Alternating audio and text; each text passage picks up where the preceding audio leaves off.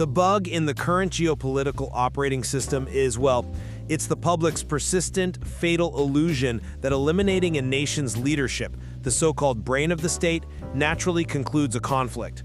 Today is March 3, 2026. What we are witnessing with Operation Epic Fury is not a war of retaliation. It is not a punitive strike. It is a total physical formatting of an environment to enforce an entirely new resource circulation system. The assumption that the operation should scale down simply because the old government has fallen is fundamentally flawed. But that formatting defies basic logic. Supreme Leader Ali Khamenei and the core leadership were already eliminated in Phase 1 of this operation. The strategic brain of the regime is dead. So continuing to bomb the country into absolute dust at this point defies every convention of international relations. The core question here is whether total destruction remains a viable strategy when the primary objective has already been achieved. Once you remove the command structure, you secure the victory, secure the critical sites, and immediately move to stabilization. You do not just keep dropping munitions on a decapitated state. Your reliance on conventional diplomatic norms is exactly the bug I am talking about. The assumption that you just stop because the command structure is gone is flawed. You're measuring this operation using an outdated metric of traditional statecraft, when the only algorithm at play here is strict resource control and survival costs. Let us look at the specific variables of resource circulation. Leaving 47 years of accumulated infrastructure intact, the decentralized drone manufacturing hubs, the deeply buried subterranean nuclear facilities at Fordo, the ballistic missile silos hidden within the Zagros Mountains, that represents a massive negative asset. Decapitating the leadership was merely the prerequisite. It represents residual infrastructure, not an existential. It represents a mathematical threat to the resource monopoly of the United States and Israel. If you leave the nervous system intact, the body can still reflexively act. In this new paradigm, leaving even a fraction of those physical assets untouched is a failure to optimize the geopolitical pipeline. Erasing them completely is the only logical solution. You cannot mathematically justify the sheer scale of the continuing bombardment by simply pointing to residual infrastructure. You are talking about basic civilian foundations being targeted alongside military installations. You are treating state building and international security like pest control. The queen termite has been killed. The hive has lost its capacity to function as a coordinated existential threat. You have exterminated the leadership, which means the pest control operation was a success. To continue leveling the country goes far beyond neutralizing a threat. It breeds the exact type of asymmetric insurgency that has historically caused Western interventions to fail. History shows us that total destruction without a viable socio-political stabilization plan doesn't yield a compliant dependency. It yields an uncontrollable power vacuum. The exterminator metaphor you just deployed is entirely inappropriate because the strategic goal was never just pest control. You need to view this through the lens of a demolition contractor. The contractor isn't there to just kill the termites. They are operating on the premise that there are residual technological assets, eggs, if you will, in the form of advanced armaments and enrichment capabilities hidden deep in the pillars of the structure. But you don't need to destroy the whole foundation to... The true physical objective is to bulldoze the entire foundation, rip up the earth, pour fresh concrete, and build a highly profitable new condominium. That condominium is a new, completely US and Israeli-controlled geopolitical pipeline. The destruction of the old regime is just the clearing of the lot. You do not stop the bulldozers just because the previous tenant is dead. The physical space itself must be entirely reformatted to guarantee absolute dependency on the new landlords. If the previous infrastructure remains in any usable form, you invite rival geopolitical powers to step in and utilize it. Let's examine the reality of what clearing the lot actually entails on the ground. Because the systemic algorithm you are describing is demonstrably failing to contain the chaos it creates. We are seeing catastrophic regional spillover. Just days ago, 165 children were killed in the Iranian elementary school bombing, and the survival costs for the entire region are soaring. Violence is spilling over rapidly. We're seeing retaliatory drone strikes hitting urban areas in the UAE. The US Embassy in Saudi Arabia was explicitly targeted. The United States has literally ordered emergency evacuations across 14 different countries. This is not a controlled demolition. It is a cascading security failure.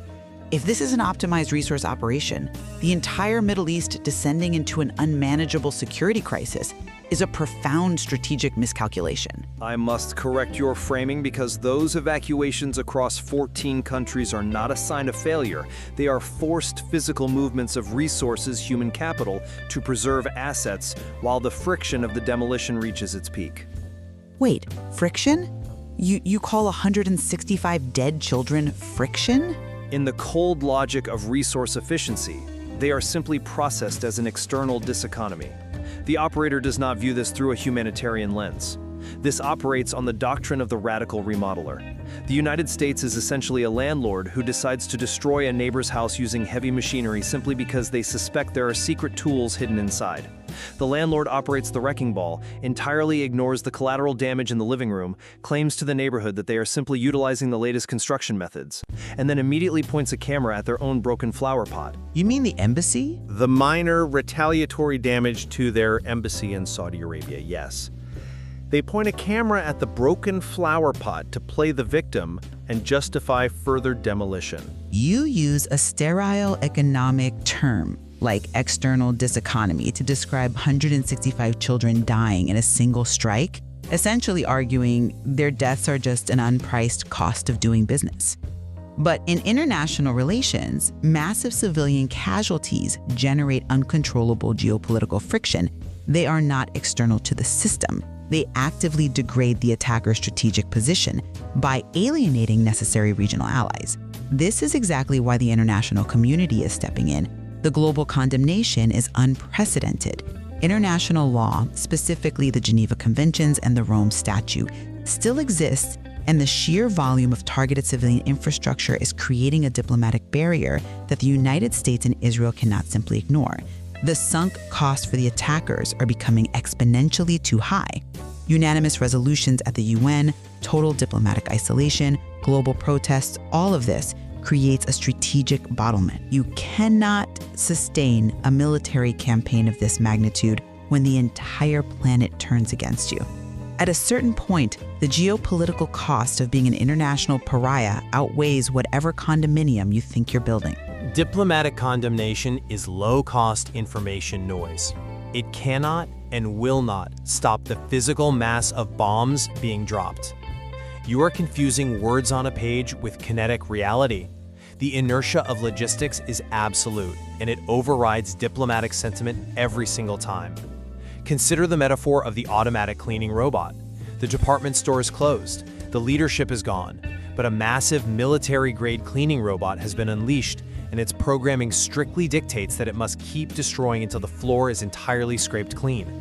The aircraft carrier strike groups currently positioned in the Red and Mediterranean seas have already incurred massive operational costs just to be deployed. But deploying their payloads just because they are there is... Deploying their payloads is simply optimizing the resource cycle for the military-industrial complex. Keeping them there doing nothing is a financial loss. Information noise, as you call it, dictates global trade. It dictates alliances, economic sanctions, and supply chains. It has massive economic weight. You cannot separate the physical deployment of weapons from the diplomatic framework that allows a nation to function in a globalized economy. Not when measured against the immediate physical momentum of military logistics.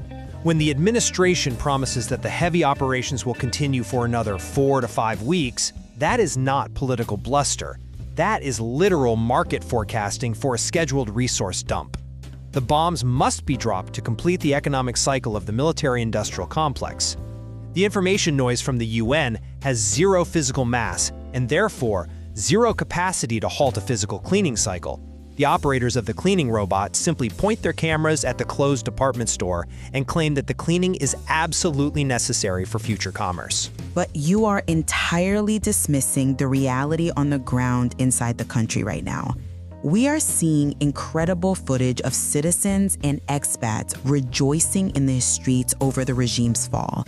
They are celebrating the collapse of a theocracy that oppressed them for nearly half a century.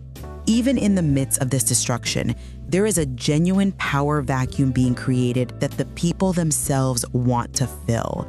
You can't just wave away their joy as a cold data point.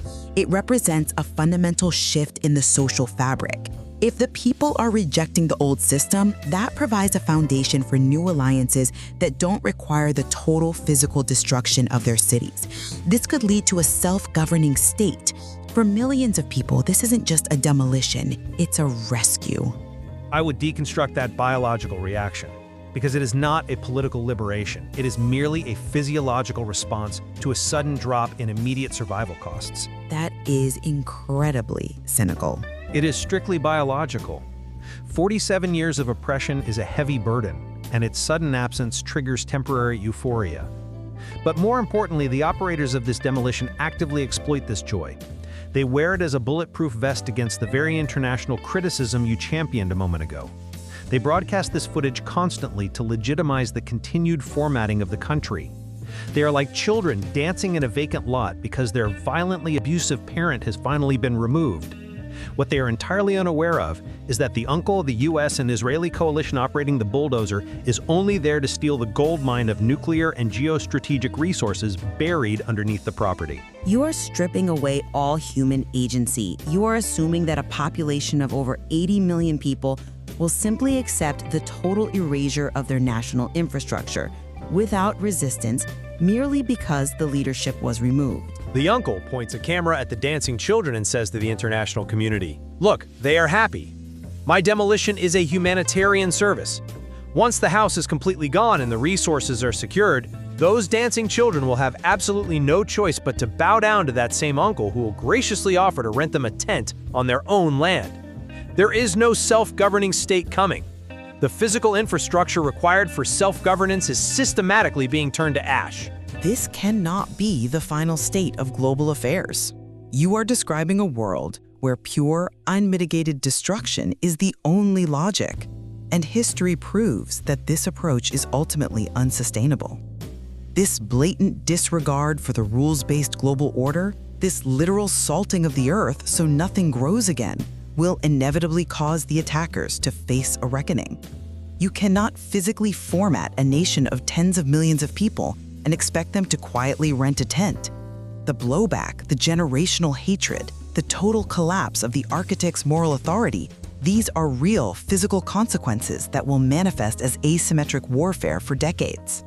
If they proceed to turn the entire region into a parking lot, they are destroying the very foundation of global stability. They will reap a whirlwind of their own making because no empire can survive on this kind of absolute, unyielding dominance without eventually exhausting its own resources and collapsing under the weight of its manufactured friction. The doctrine being executed right now is simply this: we are the rules. The attackers are intentionally turning the land into a parking lot, salting the earth so deeply and so thoroughly that no future regime can ever achieve economic or military independence. The old operating system of diplomacy, moral authority, and gradual accumulation has fundamentally collapsed.